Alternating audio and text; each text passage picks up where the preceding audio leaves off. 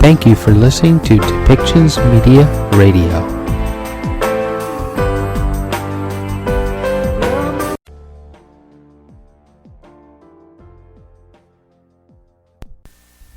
Welcome to Policy and Rights, the show about government policy and human rights.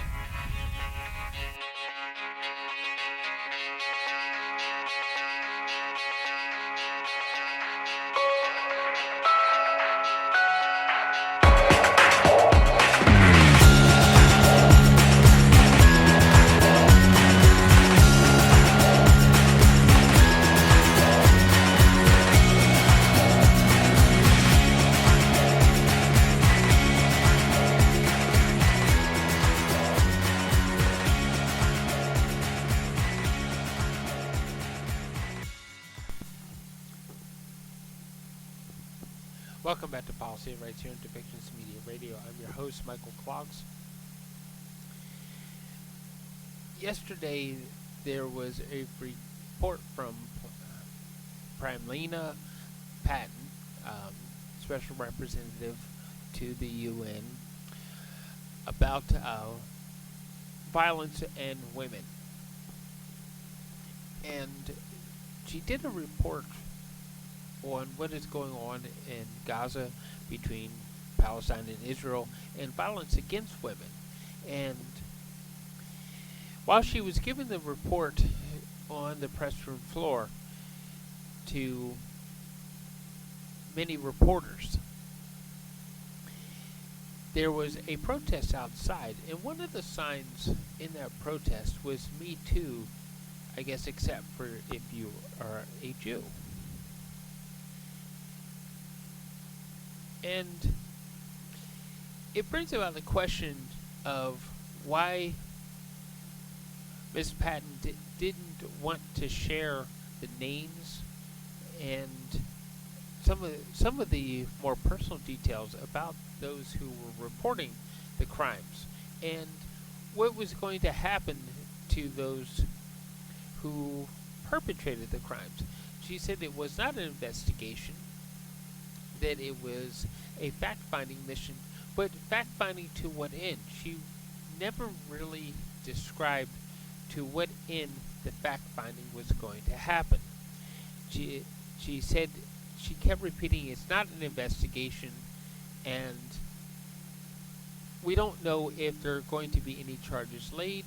She said that they gathered no real evidence, but they gathered the stories of these women who had been victims to the violence.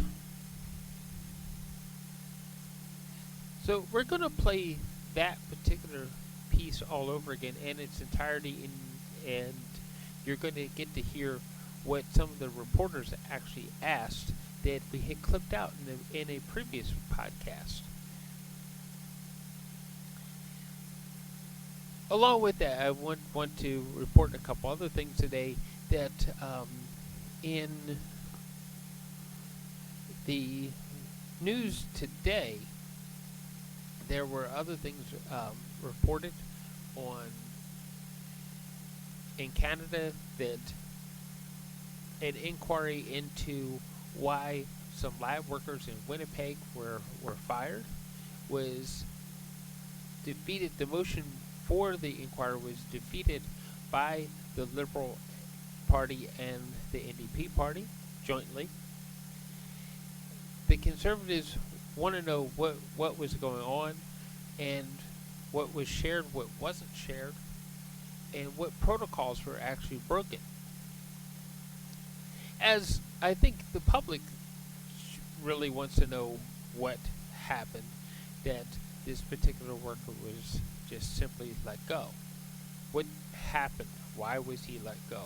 Especially since it was an infectious disease laboratory in Winnipeg. Along with that, we have that in the news in the United States, that the Supreme Court has ruled that Donald Trump can remain on the ballot in all states, and that it will be illegal to remove him from the ballot by any state.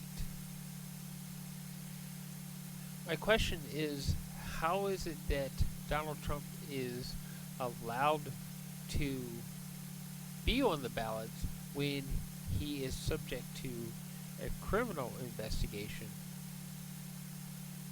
for inciting a riot as his last term as president ended?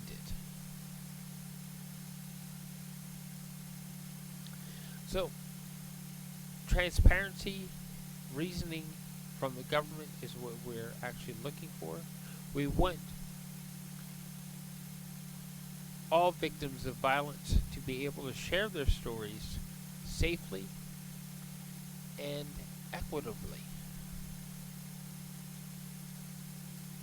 So, why don't we listen to Prablina Patton as she reported on what is going on in Israel with her fact-finding mission that was not an investigation. All right, good afternoon.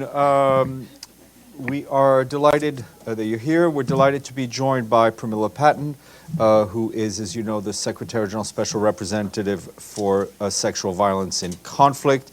She is joined by Chloé Mornay-Bassinger, who is an expert in her office. And Ms. Patton and Chloé are here to brief you on their recent travels to Israel and the occupied Palestinian territory. I believe Ms. Patton will have some opening remarks, and then we will take your questions.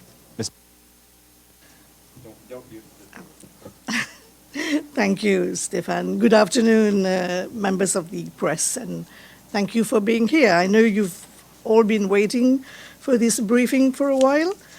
I just want to start by the mission dates to say that following an invitation that I received from the government of Israel to first-handedly, I quote, hear and see the testimonies and evidence of these heinous acts of conflict-related sexual violence, I led an official visit to Israel from the 29th of January to the 14th of February.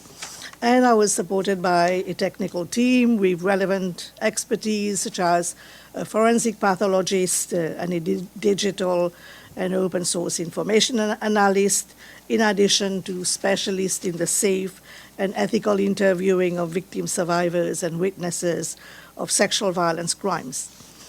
I must stress that my mission was neither intended nor mandated to be investigative in nature. This is a mandate vested in other UN bodies.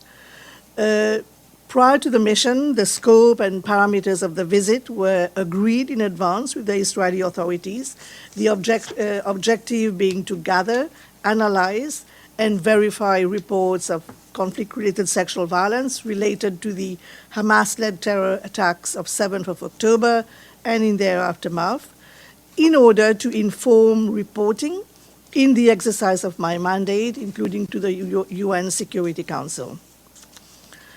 Considering that prior to the mission I had received reports allegedly committed by Israeli security forces and settlers, one of the parameters of the visit which I insisted upon with the government of Israel was a visit to the occupied West Bank to engage with the Palestinian Authority, civil society organizations, release detainees and other relevant actors, and to raise these allegations with the Israeli government, to which they agreed.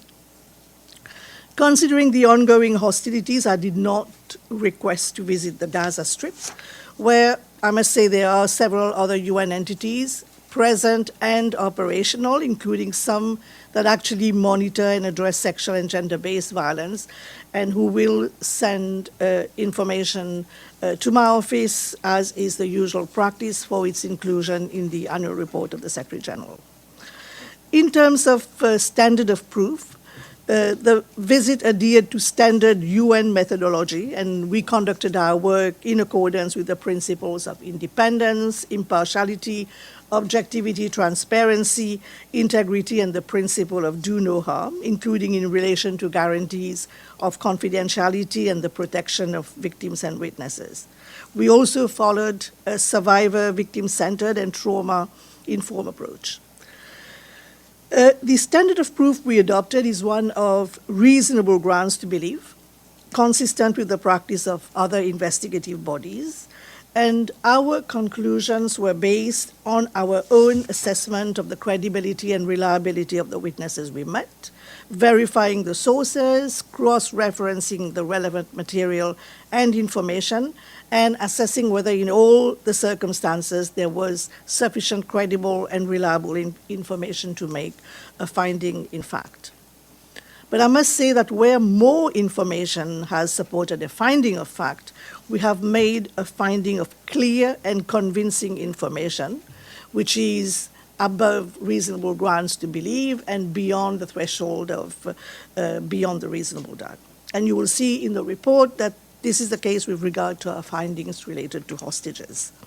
With regard to our findings of circumstantial information, it has the ordinary definition of that term, which is that such information is indirect and does not, on its face, prove the fact in issue, but gives rise to a logical inference that the fact exists. The team conducted a total of 33 meetings with Israeli institutions, including relevant line ministries, as well as Israeli Defense Forces, but it's all in the report. I will not go over it.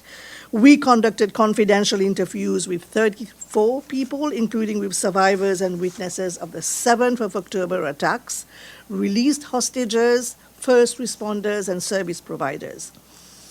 And we also met with families and relatives of hostages still held in captivity, in addition to some other actors. The team reviewed over 5,000 photographic images and some 50 hours of footage of the attacks, provided partly by various state agencies, but also through our own independent online review of various open sources. Though I must add that we found the material provided by the national agencies to be authentic and unmanipulated. And a lot of those footage was captured through militants' body cams and dash cams, individual cell phone, CCTV, and traffic surveillance cameras. I will go over the challenges that we met because that will help you to understand our findings also. We encountered a number of challenges in both the gathering and verification of incidents of sexual violence, and these include limited professionally gathered forensic material, inaccurate and unreliable forensic interpretation by some non-professionals, the extremely limited availability of victims and survivors and witnesses of sexual violence due partly to the internal displacement of affected communities, the lack of public trust and confidence in national and international institutions, including the UN, but also the questioning by some interlocutors of the narrow focus of the mission on crimes of sexual violence, given the range of other grave crimes committed on the 7th of October and its aftermath. And of course, the length of time of the mission. We were there for only 2.5 weeks. I also need to say that in that context, we did not meet with any survivor of sexual violence of the 7th of October attacks, despite our efforts. On the very first day, I made a call for survivors to come forward, but we received information that a handful of them were receiving very specialized trauma treatment and were not prepared to come forward. The mission was a difficult one in terms of what we heard and the details of the most shocking brutality of the attacks by Hamas and other armed groups that we received. We saw a catalogue of the most extreme and inhumane forms of torture and other horrors. But the mission helped us to better understand the context of the attacks, how it was a coordinated attack by Hamas and other armed groups, including Palestinian Islamic Jihad, popular resistance committees, other armed elements, and armed and unarmed civilians. It helped us to understand how the complexity and modus operandi of these attacks, which included multiple civilian and military targets, demonstrated a significant level of planning, coordination, and prior knowledge of the targets selected. The report also sets out how Hamas and the other armed elements came very well equipped with a range of high caliber and military-grade weapons, interviews with stakeholders and materials reviewed described an indiscriminate campaign to kill, inflict suffering, and abduct the maximum number possible of men, women, and children, soldiers and civilians alike in the minimum possible amount of time. Coming to the findings, with regard to the hostages taken to Gaza, we found clear and convincing information that sexual violence, including rape, sexualized torture, cruel, inhuman, and degrading treatment, has been committed against captives.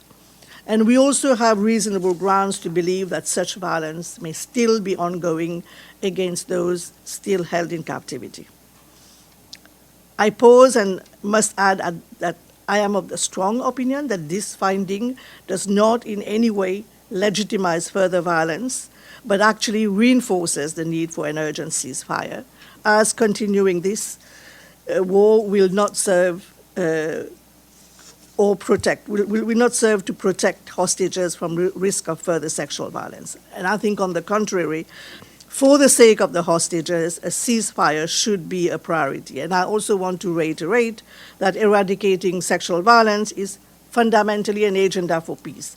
And as the SG, other UN colleagues, and I have continuously reiterated, the end goal of this mandate is not a war without rape, but a world without war. And in this regard, I reiterate the SG's consistent call for urgent humanitarian ceasefire. Another finding, we also found that there are reasonable grounds to believe that conflict-related sexual violence, including rape and gang rape, occurred during the 7th of October attacks in at least 3 locations, namely the Nova Music Festival site and its surroundings, Road 232, and Kibbutz Reim. And in most of these incidents, victims were first subjected to rape and then killed, and at least 2 incidents relate to the rape of women's corpses. And as you know, the Nova Music Festival we found was a site of grave violations, including brutal mass murders, with several hundreds of bodies recovered from the site, in addition to many abductions. Bodies were also found with extensive burn damage. Then a third set of findings is that across multiple locations, we found a recurring pattern of victims found fully or partially undressed, bound and shot. And we found that, although circumstantial, such a pattern may be indicative of some forms of sexual violence, including sexualized torture, cruel, inhuman, and degrading treatment. At the same time, with regard to Kibbutz Be'eri, I mentioned Kibbutz Be'eri because it was firstly severely affected by the 7th of October attacks, having suffered a significant number of casualties, over 10% of its population killed, including children, and some 50 people taken hostage to Gaza. Some allegations of sexual violence previously reported and highly publicized in the media were determined by us to be unfounded. And I'm here, I'll just give one example, referring to the allegation of a pregnant woman whose womb had reportedly been ripped open before she was killed, with her fetus stabbed while still inside her. You will also see in the report that there are many references to reported incidents of sexual violence with respect to different locations, which we could not verify for many different reasons. Coming to my visit to the occupied West Bank, with regard to that visit, whose purpose was different, considering that we have UN-verified information on conflict-related sexual violence, which will be, as I mentioned, included in the annual report of the Secretary General, we nevertheless received, whilst there, from several interlocutors, information about cruel, inhuman, and degrading treatment of Palestinians, men and women in detention, also under the administrative detention, including sexual violence in the forms of invasive body searches, threats of rape, and prolonged forced nudity. Concerns were also raised about disproportionate physical and sexual violence, including sexual harassment and threats of rape during house raids, including at night and at checkpoints. but again, other UN entities present in the occupied West Bank have collected more in-depth information in this regard.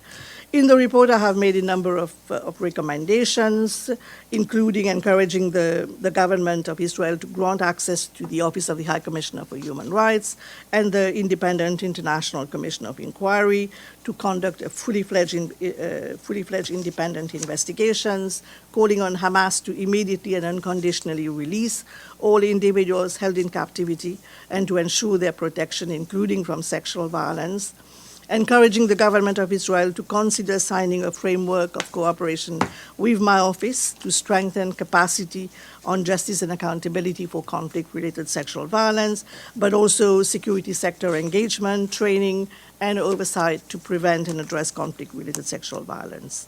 And of course, I echo again the calls of the Secretary General for a humanitarian ceasefire to alleviate the suffering of civilians in Gaza.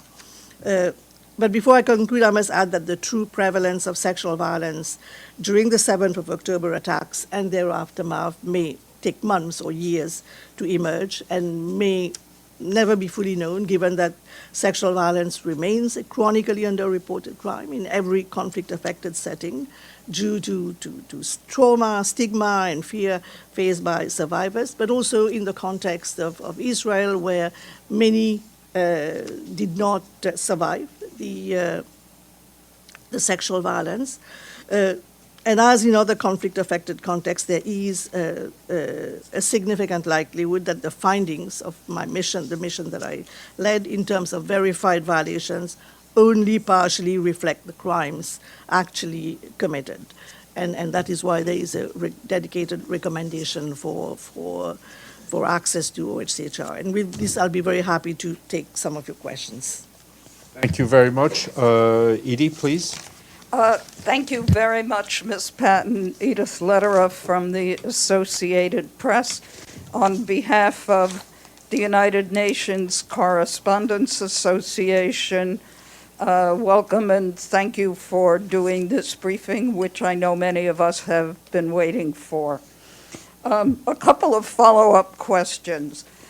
First, you used the words reasonable grounds quite often. Is there a scale of how that ranks in terms of credibility, and how would you describe that? And secondly, was there any evidence that you saw that you believe could lead to the identification of specific perpetrators of this sexual violence? Thank you. I'll take a few shots. No? Okay, perfectly. Well, Edith, I think you missed it, because I did address the standard of proof that we used, that we adopted, being of reasonable grounds to believe, consistent with the practice of investigative bodies. And how did we draw our conclusion? We base it on our own assessment of the credibility and reliability of the witnesses that we met. But we also verified the sources, cross-referenced the relevant material and information, and assessing whether, in all the circumstances, that there was sufficient, credible, and reliable information to make a finding. With regard to your question about attribution, not being an investigative body, and given the short period of time that we were on the ground, and given the purpose of the mission being to gather, verify information for its inclusion in the annual report of the Secretary General and briefing to the Security Council, we did not go into attribution. And but that doesn't mean that it's, I think attribution is not an impossible exercise. That's why I make a call for a fully fledged investigation that could actually focus on attribution and accountability. What I was really trying to get at was, is there a higher standard than reasonable grounds? What would be even more compelling? Well, I explained this in my presentation, that where we received more information, that, for example, in the case of the hostages, having met hostages firsthand, we made a finding of clear and convincing information, which is higher than reasonable grounds to believe, but lower than the standard of beyond the reasonable doubt, like for a criminal case. And then the last one is the circumstantial information. And in any case, rape being what it is, leaving no tangible, visible injuries, in many instances, one has to rely on circumstantial evidence and witness testimony. Thank you, Deji. Yes, Ms. Patton, Shudeju with China Central Television here. Please help me comprehend this. The objective of this visit was to gather analysis and analyze, verify allegations, and yet it's not an investigative nature. You interviewed more than 34 people, had 33 meetings, reviewed over 5,000 photos, 50 hours of video. Then what is the nature of this? These are not investigations? Is that it? One question? Yeah. Okay. Yeah, one question. Is good, yes. One question. Yes, I mean, like, maybe I'll tell you what did not, what an investigation would entail that we did not do. Like I said, we went to gather, not just to collect in terms of being given information. So we took cognizance of what the Israeli authorities had to present to us with the verification process and the analysis process, but we also gathered independent information. Unlike an investigation which would contains clear terms of reference and would include tasks like investigating all alleged violations of international humanitarian law and abuses of international human rights law, we looked at sexual violence pretty much in a vacuum. The way an investigation would collect and analyze evidence of such violations and crimes perpetrated, we collected information, which is completely a different threshold. We did not record or preserve information, documentation, and evidence, including interviews, witness testimony, and forensic material. We did not identify those responsible with a view to ensuring that perpetrators of violations are held accountable. We did not make recommendations on accountability. We conducted a mission over 2.5 weeks, and we did not look at the root causes. But it sounds to me still like an investigation. You know?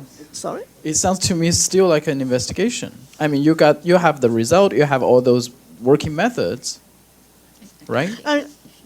Okay. Maybe, Chloe, you can add a few elements. I'll add a few elements to try to kind of make the difference. There are different threshold of standards in terms of how you deal with events of such type. As the SRSG has mentioned, we gathered, but we did not collect. Might not make sense to you, but it's quite important for the lawyer that I am. It makes very much difference also if you collect or gather information or if you collect or gather evidence. We did not collect or gather evidences.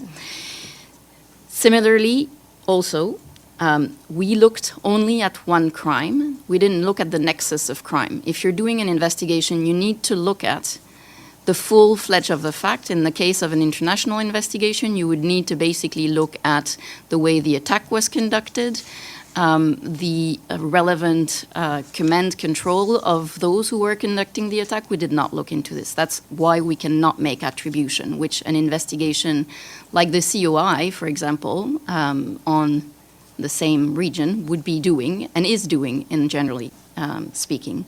We also did not have a number of specialized capacity that you would require if you had investigation. For example, no military expert. And obviously, an investigation takes months because you're corroborating individual crimes as individual crimes. This exercise looks at, and you will see that reference in the report, a finding of fact, not a finding of law, which means we also did not say what kind of crime. We did not make a legal assessment of it, which an investigation would do. So there is a number of very significant differences between the two types of exercises. So legally speaking, this report, the finding of this report cannot be evidence. Not at all. Like I said, the findings will be used for the purpose of the annual report of the Secretary General, which will be debated before the Council on the 25th of April. And given the methodology of our work, we need UN verified information in information that we pass on to the Security Council. Thank you. Michelle, then Nabil. Thank you. Michelle Nichols from Reuters. Thanks for the briefing. I just wanted to quickly ask about some of the dates. You were first invited at the start of November and then you accepted at the end of November. Why did it sort of take another 2 months before you're on the ground? And then with regard to your call for, or you saying that, you know, a fully fledged investigation is needed to sort of look at the scope and attribution and whatnot, who do you think might be best placed to carry out such an investigation? Thanks. Right. Indeed, I received an invitation on the 8th of November, and I responded positively on the 27th of November. And because in the letter of invitation, they wanted me to come as soon as possible. And I responded on the 27th of November, indicating that I would be able to come with a team on the 8th of December, the week of the 8th of December. But that did not happen because the permanent representative did not meet with me until the 12th, in spite of receiving the letter on the 27th, in which I proposed those dates. The meeting we had was on the 11th or 12th of December, when he was then suggesting the week, the Christmas week, or the New Year's. He suggested the week of the 26th of December or the 2nd of January, and I indicated to him that that would not be possible because I'll be on leave, and so will be many members of my team. And then we had to, then we settled for the dates of the 28th. In terms of I think OHCHR and the Commission of Inquiry has the relevant mandate. I mean, like you would know that the Human Rights Council on the 27th of May 2021 established this ongoing, independent, international Commission of Inquiry, and it has a broad mandate to look into all alleged violations of international humanitarian and abuses of international human rights law in Israel, but also in OPT, including East Jerusalem, since 13th of April 2021. So I think the COI is the best place to do this work. Nabil? Thank you, Nabil Abisab, Al Arabi TV station. So maybe I missed it, but have you met survivors or victims? And you said that some of the bodies were shot or maybe were subject to sexual violence and then they were killed after that. Have you seen these bodies yourself?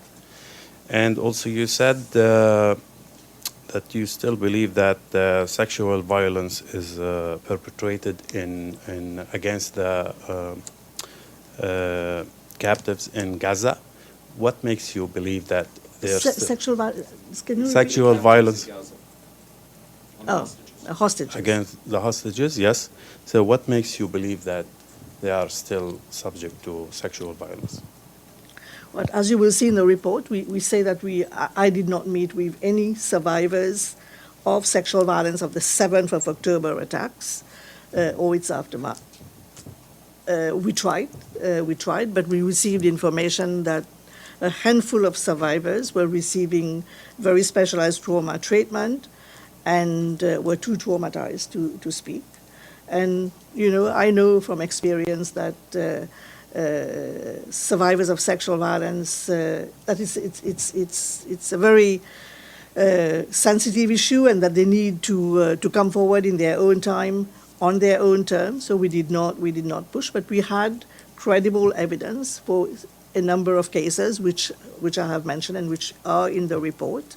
With regards to hostages, we met with hostages and received first-hand information, and that's what we base our finding upon. So you mean your conclusion is based on medical reports or witnesses, or what kind of information exactly? First-hand, with regard to the hostages, first-hand credible information in terms of my assessment of credibility, and we verifying and cross-referencing. Abdul Hamid and John. My name is Abdul Hamid Sayam from the Arabic daily Al-Quds Al-Arabi. I hope you will be patient with some of my questions. First, I expected you to say a few words about the 100,000 Palestinians who were killed and maimed and buried under the rubble, and the destruction of the people, of the lives of the people in Gaza completely. So, going to the issue now, I wish you could compare how many the hours you spend in Israel and the hours you spend in the West Bank.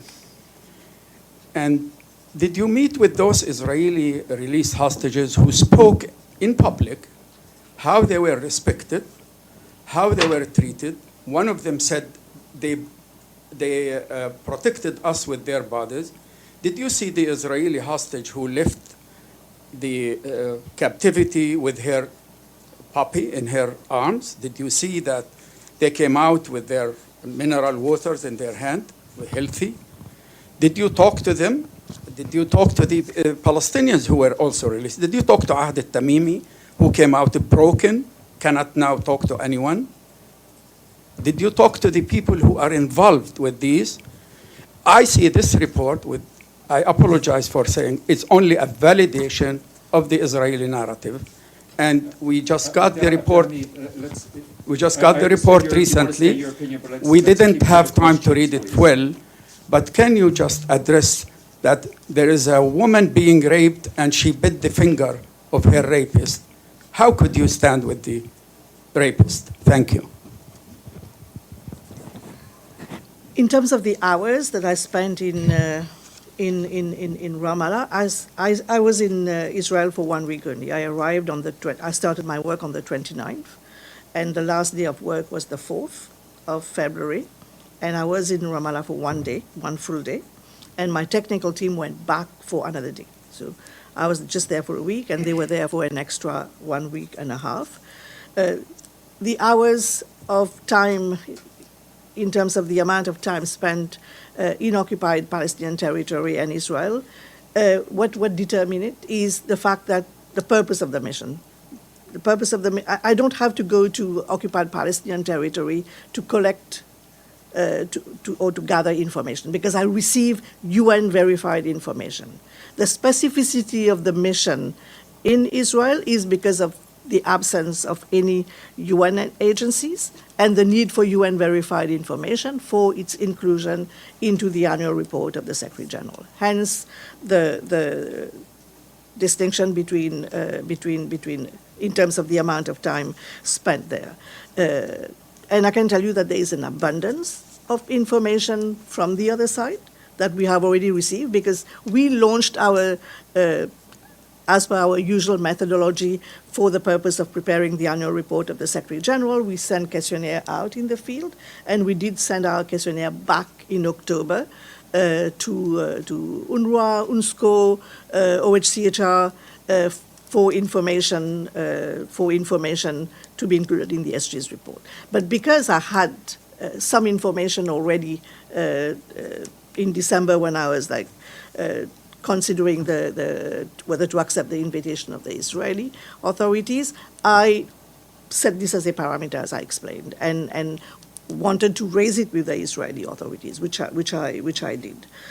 In terms of the hostages, I cannot disclose who I have met, because I have to preserve, and that is why we have only issued an edited version of the confidential report that I gave to the Secretary General last week, because it's to in the spirit of preserving the confidentiality of those that I met and the sources.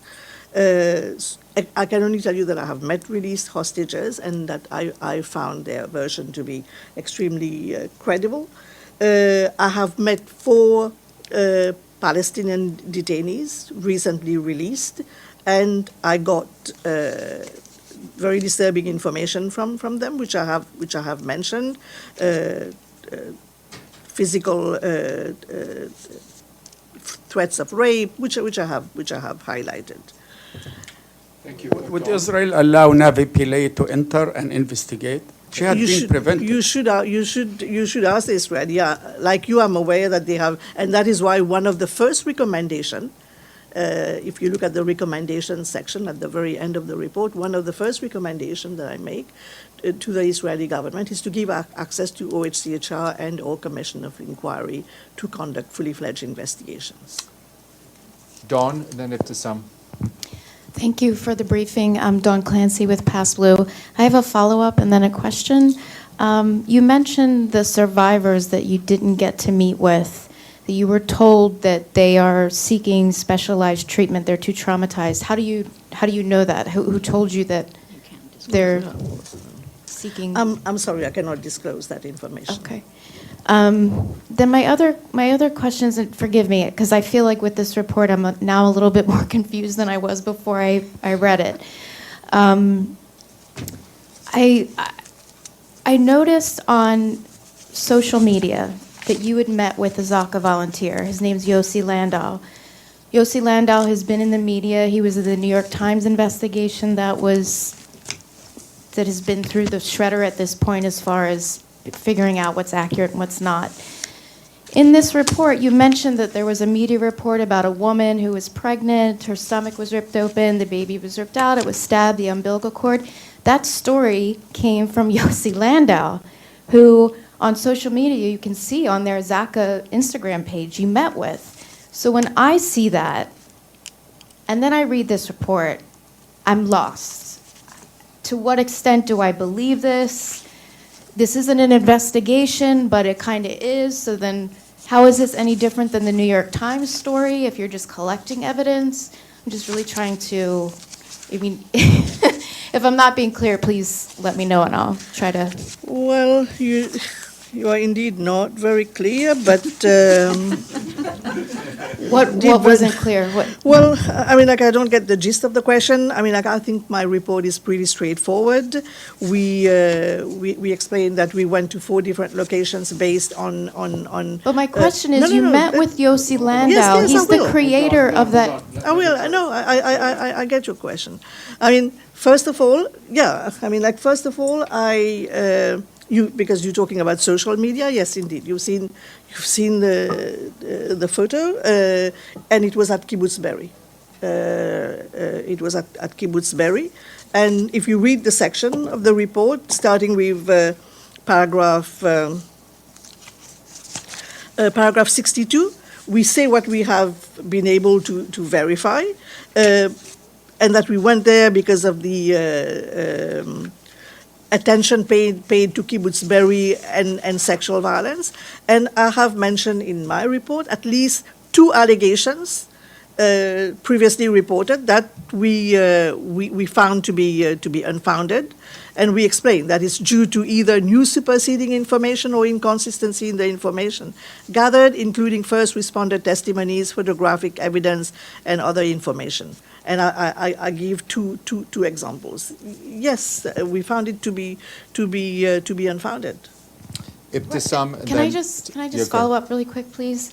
The reason I'm asking this is because there are real consequences to this report. I know you keep saying the Commission of Inquiry, they need to go and do their investigation, which I believe they're doing, but the Israeli ambassador to the UN has said publicly, we're not going to cooperate with that. So that recommendation is already DOA, I guess you could say. Mm. Are you at all concerned that this report, sexual violence against women, this is being weaponized as a way to continue violence in Gaza?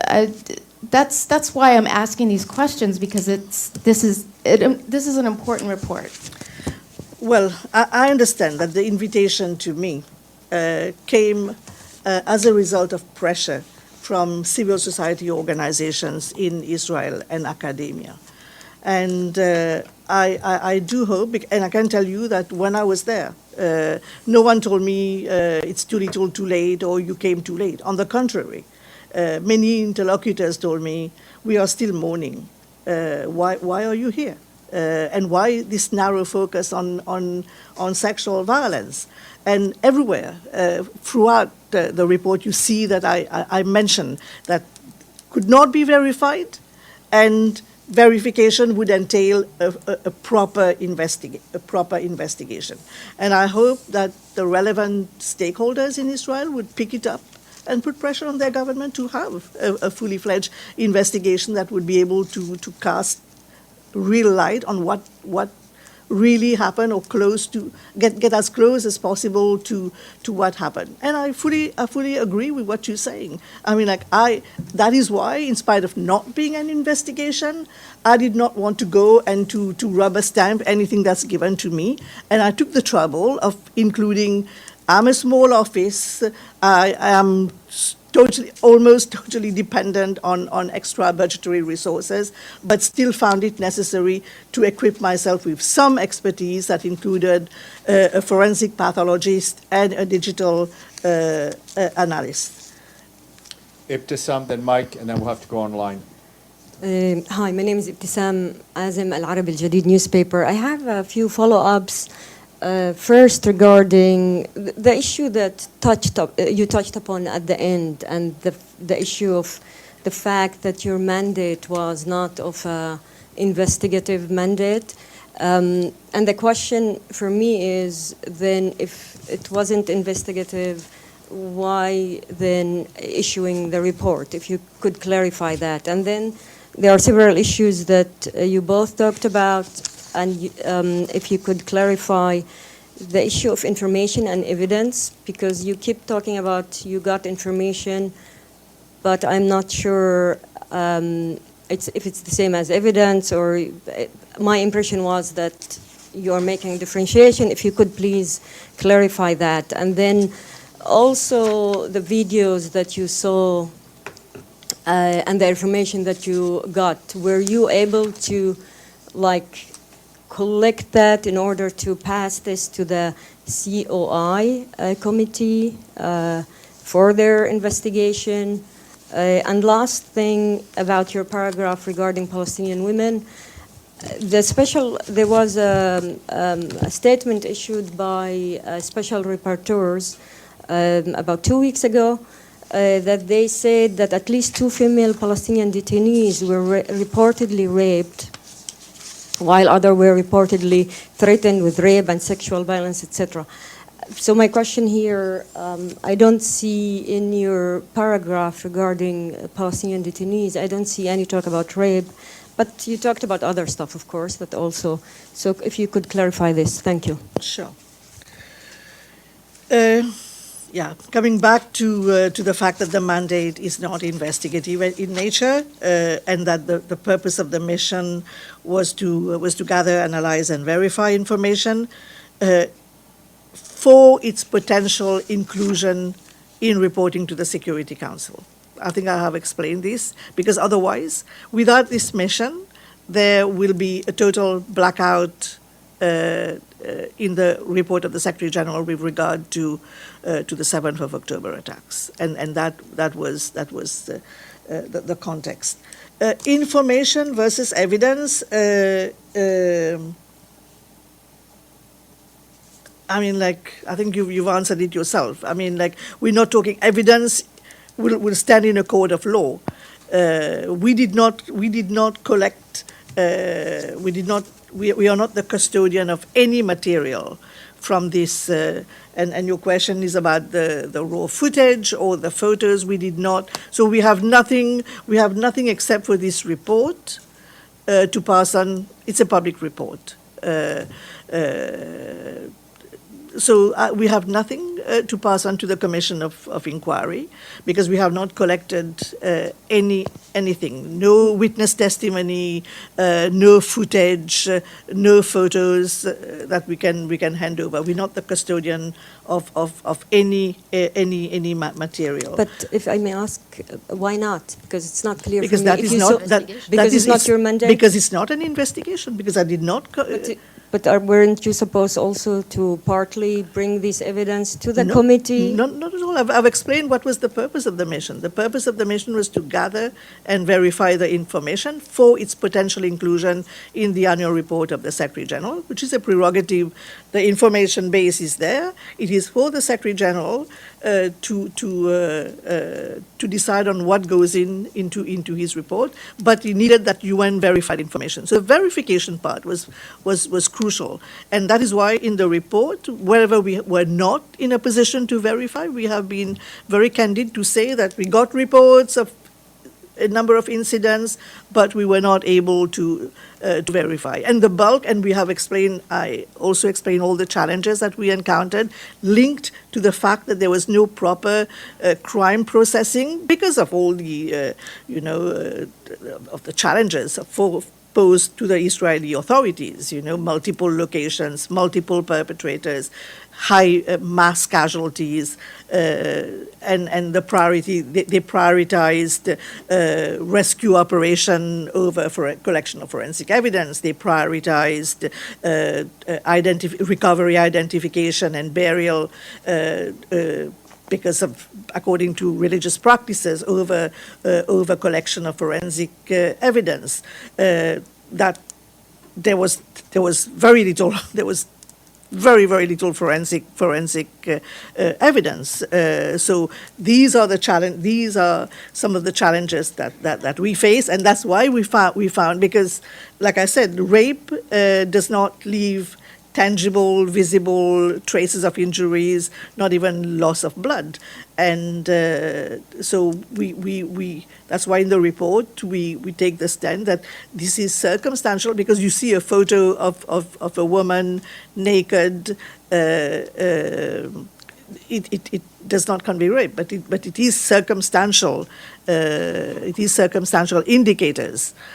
Which require further. That's why again I come back to the investigation, to a fully fledged investigation. There's a lot of circumstantial information that we gathered. When it comes to the Palestinian women, as I said, I engaged with the Palestinian ambassador before going on 2 occasions, before going on mission, and asked him to facilitate access to a number of recently released detainees. And we were able to meet with 4 recently released detainees. I did not receive, but I didn't go to gather information. Again, I stress that I did not go to, but I met with them, as I met with civil society organization, Independent Human Rights Commission, a number of line ministries, and a large number of civil society organizations. And I did not get any information about rape. I got information about threats of rape.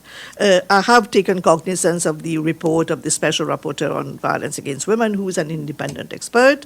But we went on a mission, and we are. I am here to report what I found. So I have told you what I have in terms of information received, and from my visit to Ramallah, and I will take into account the UN verified information that I will receive from relevant UN entities tasked to document and monitor cases. Mike? Mike Wagenheim with I-24 News. Firstly, thank you for doing the briefing today. Has the door been left open at all? It's the first question. Has the door been left open at all to go back and speak with those victims that are currently undergoing traumatic treatment after their treatment is over? Has that possibility been left open? I have made a recommendation in the report to to encourage the government of Israel to sign a framework of cooperation with my office, which then could, if there is such a framework of cooperation, that would include certainly support to survivors of sexual violence. That could eventually pave the way, because victims take time. I mean, like, I have come across victims reporting after 25 years in Bosnia, you know, and they will come forward in their own time, on their own terms. Understandable. Second question. I understand fully the recommendations to turn an investigation over to the COI and the Office of the Commissioner of Human Rights. But in the meantime, your report is going to the Secretary General, your report to the Security Council. What advice, as a professional, as an advocate, would you give to them to do with this report? What course of action would you recommend to them, having gathered this information? Them is who? The Secretary General and the UN Security Council. Well, Your reports will go to them, correct? Yes. My report has gone already to the Secretary General. So what do you feel is a proper course of action for them to take at this point? Well, to certainly to reinforce my recommendation regarding fully fledged investigation by competent UN bodies. Otherwise, I echo his call, that of the Secretary General, for a humanitarian ceasefire, and in the context, as I said, of the findings regarding the hostages, I think more than ever a ceasefire should be a priority. So that would be my call, because this is what can protect that's what can protect the hostages still in captivity, a ceasefire. Last question. Is there an ongoing conversation about a framework of cooperation going forward? No. I mean, like, my report is being made public today. When I discussed it in Israel, I did not get any sense, any feedback, any positive feedback. I mean, like, it was left in the open, but now it is in the form of a recommendation. So the ball is in the court of the government of Israel. We're going to take two quick online questions. Farnaz Vasili. Farnaz? Hello. Thank you very much. Can you hear me? Thank you very much for doing this briefing. This is Farnaz Vasili from the New York Times. I have two questions. On the issue of your meetings in the West Bank and the references to some of the allegations about sexual violence on Palestinian women, the report only says that you heard this from the people you interviewed. It doesn't make any conclusions about what you found, in the same way that it made. Did you find credible, like you said, credible and clear information? Did you find grounds to believe? What is what is your founding in terms of the Palestinians? The other question I have is, would you say that you found a pattern of sexual violence that was a strategy of Hamas, both in the October 7th attacks and in regards to the hostages?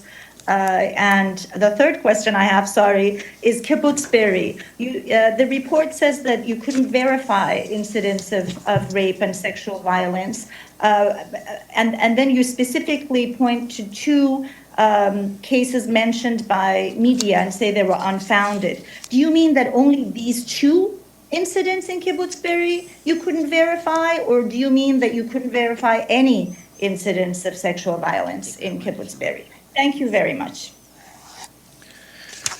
Right. Yeah, precisely because the purpose of the visit in the West Bank was completely different to the visit in Israel, which was precisely to collect and verify information. In the West Bank, I went because I had received UN-verified information about some reports of sexual violence allegedly perpetrated by IDF soldiers and settlers. And as I said earlier, I made this a point to insist as one of the parameters of the visit that I I'm allowed to go, that I'm able to go to the West Bank, and to raise all reports. So that's exactly what I did. There was no point for me to gather, to verify, to come to any conclusion. And as I said, information for the occupied West Bank, for Gaza, will come from the relevant UN entities, and we have asked this information since October, in line with our methodology for the preparation of the annual report of the Secretary General. With regard to the question of verification, maybe I'll give the floor to Chloe, because she was there for an extra and a half week. The verification work was done mostly by the technical team led by her. So I'll let her, but I just want to come to know we did not make any finding as to any pattern, because we did not look into attribution. And you can imagine that it is hard to do a serious attribution exercise in 2.5 weeks, given the multiple locations, the multiple perpetrators, and the high casualties. With this, Chloe. Yeah, just on Barry, just to clarify, what we found was that there were 2 allegations we looked into that were unfounded, and they're very well described in the report, and you'll recognize them because they were highly publicized in the press. The rest we could not verify. So in short, to answer your question, no, we could not verify any sexual violence in Barry at this point, which does not mean necessarily it didn't occur. It means we couldn't verify it. And 2 of the cases that were reported were found to be unfounded. In fact, I just want to add, there is a third one, Chloe, where there was an allegation that there were objects like knives inserted in the genitalia of a woman. I mean, the team reviewed the photos, and we did not find anything like that. And I did mention, like, one of the challenges faced of course, by the Israeli government, but which impacted our own work, was the fact that inaccurate, unreliable forensic conclusions were drawn by untrained volunteer first responders. And we give some examples. We give some examples in the report, such as interpreting an anal dilation as anal penetration, when, according to our forensic expert, we've extensive burn damage. This is what you get, anal dilation, and the position of the body as a result of severe burn damage, again interpreted as being sexual violence with spread legs, etc. So that also, it may not be in bad faith, I don't know, but it is a fact that we found many instances of unreliable, inaccurate forensic interpretation by untrained people. All right, we'll go to Lisa from Haaretz online, and then Ephraim. Yes. Hello, Ms. Patton. Thank you very much for the briefing. I think Farnaz actually asked this question, but I am not sure you addressed it quite directly. Am I correct that you cannot attribute specific sexual violence specifically to the Hamas? And am I correct that you cannot conclude that the sexual violence was of systematic character? It's not that I cannot attribute, it's that I did not go into attribution, given the multiple actors. It was Hamas, it was the Palestinian Islamic Jihad, there were other armed groups, there were civilians, armed and unarmed. I did not go into attribution given the time and given the fact that I was not conducting an investigation. That's one. What is the other question? The systematic character. Oh, the systematic. No, like Chloe mentioned, the distinguishing factor from the exercise that we set out to do, the gathering and verification of information for the purpose of its inclusion in the annual report of the Secretary General versus an investigation. That's where you would do an analysis and you would come up with finding, you would qualify the crimes, whether it constitute a crime against humanity, a war crime, and you would go into elements of widespread or systematic. No, we did not go into that. We did not do that kind of exercise. Great. Ephraim? Thank you so much. Ephraim Kusaifi with Arab News Daily. I have two quick follow-ups and then a question. Why can't you tell us who spoke in the names of the victims? Is it the families that told you can't see them, the centers where they're being treated, or is it the Israeli authorities? Why can't you tell us?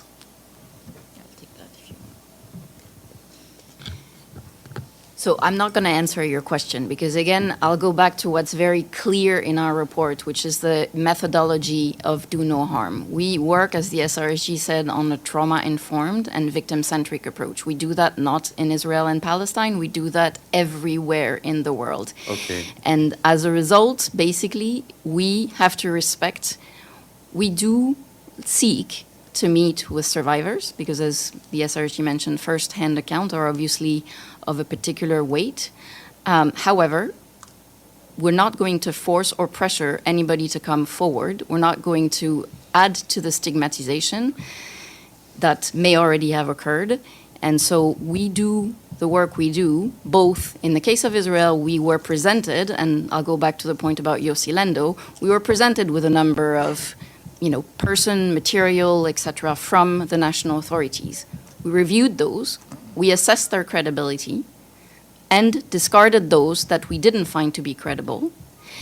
And we also gathered and went and did our own independent gathering of information from other sources. And those sources are privileged sources because they consent to speak to us on the basis that they will not be troubled So is it or the national identified. authorities who told you can't meet with the victims or somebody else? No. You can't tell us. It's Okay. not the Did national you feel, Ms. authorities. Patton, that you've had enough freedom on your mission? Were you moving around freely?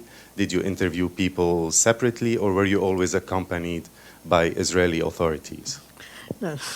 Thank you for the question, because that was one of the parameters that I set out in the letter of acceptance for a visit, was freedom of movement, and for myself and my technical team after I leave.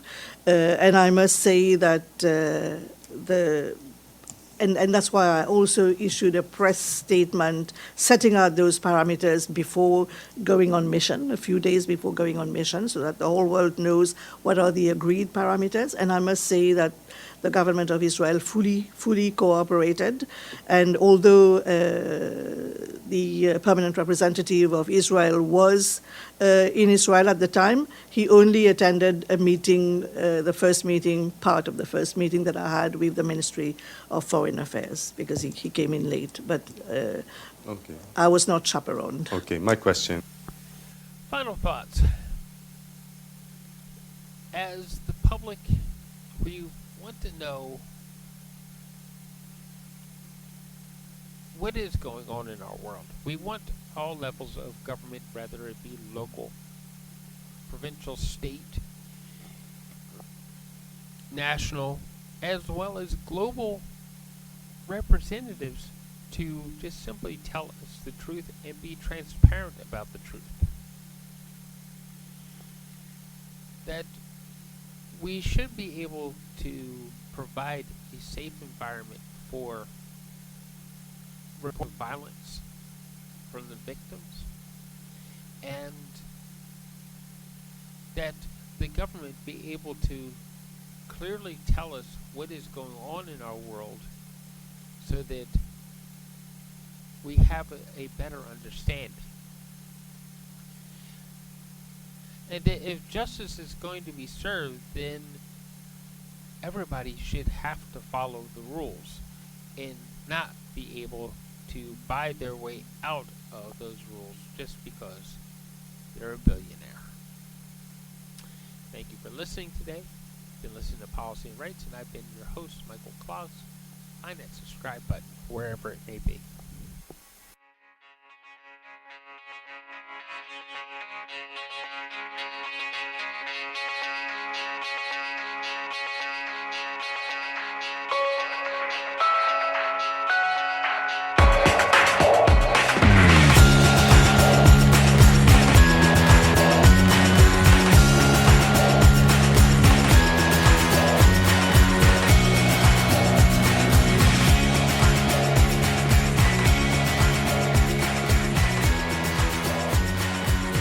This show has been produced by Depictions Media. Please contact us at depictions.media for more information.